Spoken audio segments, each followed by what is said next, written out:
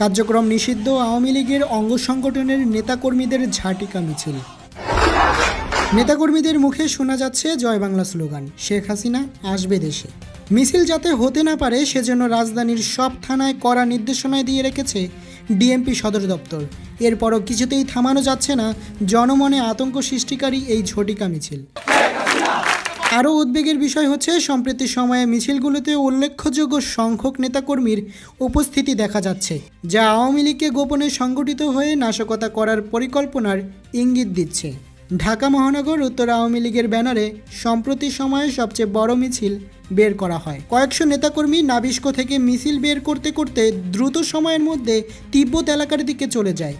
শুধু তাই নয়, ধানমন্ডি এলাকায় আবারও গতকাল কয়েক শত নেতাকর্মী বিক্ষোভ মিছিল করেছে বলে খবর পাওয়া গেছে। যদিও বিষয়টি নিশ্চিত করতে পারেনি থানা পুলিশ, তবে মিছিলের বিভিন্ন ছবি ও ভিডিও ফুটেজ তারা পেয়েছে বলে জানা গেছে।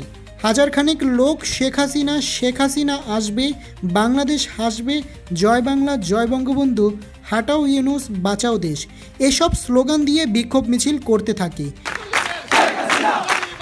এই ঘটনাগুলোই নয়, মাঝে মধ্যে ঢাকাসহ সারা দেশের বিভিন্ন স্থানে আওয়ামী লীগ নেতাকর্মীদের ঝাঁটিকা মিছিলের খবর আসে।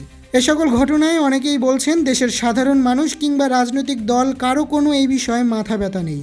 জনগণ ভয়ে নিশ্চুপ হয়ে প্রতিবাদ জানায়। তবে কি এই ঘটনা ইঙ্গিত দিচ্ছে শেখ হাসিনা আসবে ফিরে? কি ঘটতে চলেছে পরবর্তী বাংলাদেশে?